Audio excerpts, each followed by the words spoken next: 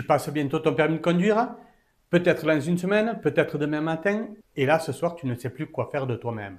Une partie de toi sait que tu as bossé, que tu as bien roulé, que tu connais bien les règles. Et une autre partie, celle qu'on entend rarement dans les auto-écoles, cette partie-là te chuchote que ça va mal se passer, que tu vas bloquer, que tu vas rater. Si tu te reconnais dans ce que je viens de dire, je veux que tu saches quelque chose. Ce que tu vis, c'est normal. Et surtout, c'est gérable. Parce que le stress du permis, c'est mon domaine. Pas la technique de conduite, ça c'est ton moniteur. Mon domaine à moi, c'est ce qui se passe dans ta tête. La peur, le doute, le vertige du jour J. Et aujourd'hui, je t'amène avec moi pour qu'on décortique ensemble les 9 clés concrètes pour aborder cet examen sans te laisser submerger. Reste bien jusqu'à la fin parce que la clé numéro 8 est celle que personne ne t'a jamais dit. Et c'est souvent celle qui change tout. Partie 1. Ce que tu fais avant change tout ce que tu vis pendant. Clé numéro 1, préparer le terrain, pas juste conduire. La première chose que je veux qu'on démonte ensemble, c'est cette idée que le stress du permis, ça se gère le jour J. Alors là, je te dis non, pas du tout. Le stress du jour J, il se prépare bien en amont. Et je ne te parle pas de faire plus de leçons pour être meilleur. Je te parle de quelque chose de plus subtil. Ton cerveau a une particularité. Il se sent en sécurité dans ce qu'il connaît. Donc si tu peux rouler une ou deux fois dans les jours qui précèdent l'examen, dans les zones que tu vas traverser ce jour-là, tu crées quelque chose de précieux, un sentiment de familiarité. Pas de certitude, juste de la familiarité. Et ça suffit souvent à faire descendre l'intensité de l'anxiété d'un cran. Parce que ton cerveau peut se dire « je connais cet endroit » plutôt que de dire « tout est inconnu et menaçant ». Et pendant ces dernières séances, pose des questions. Toutes, même celles qui te semblent bêtes. Surtout celle-là. Un doute non formulé, c'est un doute qui grossit la nuit de l'examen. Un doute posé à haute voix à ton moniteur, c'est un doute qu'on peut résoudre ensemble. Ton moniteur d'auto-école est là pour t'aider et te répondre. Clé numéro 2, la révision de la veille, consolider mais pas apprendre. La veille du permis, beaucoup de candidats font l'erreur de vouloir combler les lacunes. Ils se mettent à étudier des panneaux qu'ils n'ont jamais vus, à réviser des règles compliquées, à regarder des vidéos sur des situations rares. Ou pire, de regarder des vidéos où ça se passe très mal. Et à minuit, ils sont épuisés, encore plus stressés et ils ont l'impression de ne rien savoir. Voilà ce que je te conseille à la place. La veille, tu consolides, tu ne construis pas à ce moment-là. Tu reprends ce que tu maîtrises, les vérifications intérieures et extérieures, les règles de priorité que tu connais bien, les procédures de sécurité, relis-les à voix haute si possible. Ça ancre mieux que la lecture silencieuse.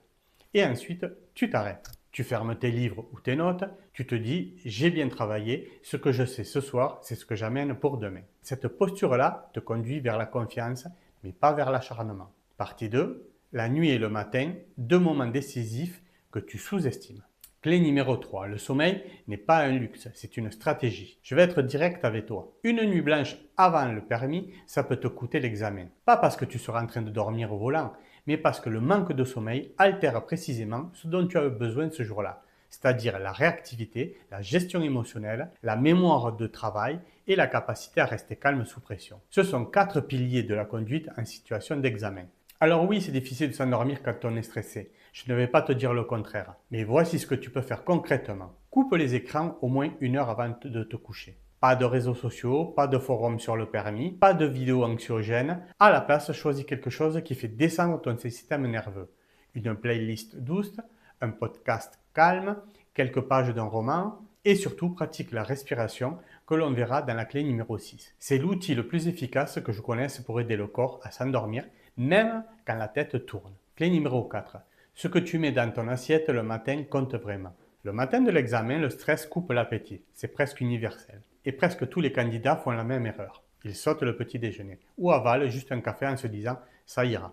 Non, ça n'ira pas. Parce que ton cerveau, carburant au glucose, a besoin d'un apport stable pour rester concentré et réactif pendant 1 heure d'examen. Ce que je te recommande, mange quelque chose de complet et de digeste. Des céréales peu sucrées, une tartine, un fruit, éventuellement un œuf. Évite les sucres rapides, croissants, viennoiseries, jus de fruits, car ça va te donner un pic d'énergie suivi d'une chute au pire moment. Et si vraiment tu ne peux rien avaler, prends au moins une banane ou un verre d'eau. C'est mieux que rien. Avant de passer à la suite, je veux te parler 1 seconde de quelque chose de très important. Si ce que tu entends depuis le début de cette vidéo te parle, si tu sens que ton stress dépasse ce que les conseils YouTube peuvent régler, j'ai créé quelque chose pour toi. Une formation complète de préparation mentale spécialement conçue pour les candidats au permis de conduire. On y travaille en profondeur tout ce dont je parle ici. La gestion de l'anxiété, la confiance en soi, les outils concrets pour le jour J. Le lien est en description ci-dessous.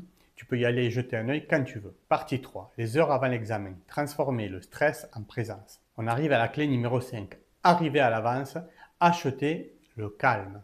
Il y a une chose très simple que tu peux faire et qui a un impact immédiat sur ton état intérieur le jour de l'examen. Arriver en avance. Pas à l'heure, en avance. 15-20 minutes au moins sur le lieu de rendez-vous. Quand tu arrives dans la précipitation, à la limite du retard, ton corps est déjà en mode alarme. Le cortisol monte, le cœur s'accélère, la tête s'agite. Et tu montes en voiture avec tous ces bagages de tension. A l'inverse, quand tu arrives avec du temps devant toi, tu peux souffler. Tu peux regarder autour de toi, échanger quelques mots avec ton moniteur ou avec d'autres candidats. Attention, ne te rapproche pas de candidats négatifs ou trop anxieux. Tu peux faire des exercices de respiration que l'on va voir. Et aussi ancrer une intention simple, je suis là, je suis prêt. Je vais faire de mon mieux. Ce temps d'avance, c'est littéralement du calme que tu t'achètes. Clé numéro 6, la respiration, l'outil que tu as toujours sur toi. Je vais donc te donner maintenant l'outil le plus puissant et le plus sous-estimé de la préparation mentale. Et il est totalement gratuit, invisible et disponible à tout moment.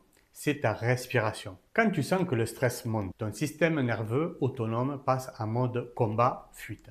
Ton cœur s'accélère, ta respiration devient courte et rapide, tes muscles se contractent. Ce qui est incroyable, c'est que tu peux inverser ce processus volontairement, juste en changeant ta façon de respirer.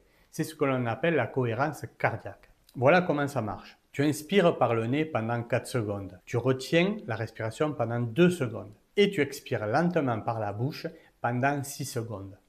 Et tu recommences ce cycle. Tu le fais 4-5 fois. Ça va durer 3-4 minutes. En faisant ça, tu envoies un signal direct à ton système nerveux. Tu lui dis, le danger est passé, tu peux te calmer. Ton rythme cardiaque ralentit, ta tête se recentre, tes épaules descendent, tu redeviens toi-même. Pratique cette technique la veille ou le matin dans la voiture juste avant de démarrer. Plus tu la pratiques, plus elle devient automatique. Et le jour où tu en as vraiment besoin, elle sera là et tu seras bien content de l'appliquer. Partie numéro 4 dans la voiture. Ce qui fait vraiment la différence. Clé numéro 7. Remettre l'enjeu à sa juste place. Je veux aborder quelque chose que beaucoup de candidats n'ont jamais entendu dire clairement. Le permis de conduire n'est pas un examen de valeur. Ce n'est pas un test de ton intelligence, de ton sérieux, de qui tu es en tant que personne. C'est une évaluation de ton niveau de conduite à un instant précis, dans le contexte précis, avec un niveau de stress précis. Rien de plus. Et pourtant, beaucoup de candidats, surtout ceux qui ont vécu déjà un échec, portent cet examen comme s'ils définissaient quelque chose d'essentiel sur eux-mêmes. Comme s'ils rataient signifiait « je suis nul » ou « je n'y arriverai jamais ». C'est une distorsion. Une histoire que le cerveau stressé te raconte pour se protéger, mais qui finit par te paralyser. La réalité, c'est que des millions de conducteurs ont obtenu le permis à la deuxième ou à la troisième tentative. Et aujourd'hui, ils conduisent très bien. Un échec n'est pas une fin, c'est une information. Et souvent, c'est aussi une opportunité de revenir avec une conscience bien plus fine que ce que l'on a fait réellement au volant. Relativiser, ce n'est pas se moquer de l'enjeu. C'est décider de ne pas laisser la peur de l'échec t'empêcher d'être pleinement présent le jour de l'examen. Clé numéro 8. Oubliez l'examinateur. Voilà la clé que je t'avais annoncée au début et que personne ne te dit vraiment. Pendant l'examen, tu vas avoir une tentation très forte. C'est de surveiller l'examinateur. Guetter ses réactions, essayer de lire sur son visage si tu fais bien ou mal, interpréter chaque silence, chaque soupir, chaque note qu'il prend comme un signal de ce qui vient de se passer. Et c'est exactement ce qui va te déconcentrer. Parce que pendant que ton cerveau surveille l'examinateur, il ne surveille pas la route. Il n'anticipe pas les priorités à droite au prochain carrefour, il ne vérifie pas bien les angles morts, il ne pilote pas la trajectoire, il observe quelqu'un qui lui fait simplement son travail. L'examinateur n'est pas là pour te piéger, il n'est pas ton ennemi. Il évalue objectivement si tu peux conduire de façon autonome et sécuritaire. Et la seule chose qui peut le convaincre que oui, tu peux le faire, c'est une conduite fluide, attentive et responsable. Pas une conduite parfaite, pas une conduite impressionnante, une conduite honnête et sécurisée. Alors remets toute ton attention sur ce qui compte vraiment, c'est-à-dire la route, l'environnement, les vérifications, tes placements, tes distances. C'est là que tout se joue. Clé numéro 9, le carburant émotionnel que tu as le droit de demander. La dernière clé, c'est la plus humaine. Et paradoxalement, c'est celle que les candidats utilisent le moins. Souvent par pudeur ou par peur de paraître faible. Parlez de ce que tu ressens avant l'examen. Dis à quelqu'un que tu as peur, que tu es stressé, que tu as besoin d'entendre que tu vas y arriver. Ce n'est pas de la naïveté, c'est de la régulation émotionnelle par le lien social. Entendre une voix rassurante, recevoir un encouragement sincère, sentir qu'on est soutenu, ça a un effet psychologique réel sur ton niveau de stress. Ça fait baisser ton cortisol, ça active les circuits de la sécurité, ça remet de l'énergie dans ton corps. Appelle quelqu'un ce matin-là, envoie un message à quelqu'un qui compte pour toi, et si tu n'as personne à qui parler, viens dans les commentaires de cette vidéo. Tu verras que tu n'es pas seul et que dans cette communauté, il y a quelqu'un qui peut t'aider. On a fait le tour des 9 clés et si tu t'es reconnu dans plusieurs d'entre elles, je veux que tu saches une chose. Ce n'est pas une fatalité. Ces blocages se corrigent avec de bons outils, avec de la pratique, avec un accompagnement adapté. C'est exactement pour ça que j'ai créé une formation « Passer ton permis sans stress ». Elle est pensée pour les candidats qui ont tout essayé côté conduite, mais qui sentent que c'est dans leur tête que ça bloque encore. Le lien est en description ci-dessous. Si tu hésites, lis les témoignages, ils parlent mieux que moi. Donc on a fait le tour des 9 clés pour aborder l'examen du permis sans se laisser submerger. Préparer le terrain en amont, consolider la veille sans s'épuiser, dormir et manger avec intention, arriver en avance, respirer, remettre l'enjeu à sa juste place, oublie l'examinateur pour te concentrer sur ta conduite et s'appuyer sur ceux qui nous font du bien. Ce sont 9 gestes simples en apparence, mais ce sont 9 décisions que la plupart des candidats ne prennent pas. Et souvent, c'est là que tout se joue. Le stress ne disparaîtra pas le jour de ton examen et tu n'as pas besoin qu'il disparaisse complètement. Tu as besoin d'apprendre à le traverser sans te laisser emporter. C'est une compétence et comme toutes les compétences, ça s'apprend. Et pour t'aider à démarrer tout de suite, j'ai préparé quelque chose pour toi, un guide gratuit pour réussir ton permis sans stress. C'est concret, c'est actionnable et tu peux le télécharger dès maintenant. Le lien est dans la description ci-dessous. Télécharge-le, lis-le et applique-le de suite. Et si cette vidéo t'a apporté quelque chose, pense à la liker, à la partager avec un ami qui passe le permis comme toi.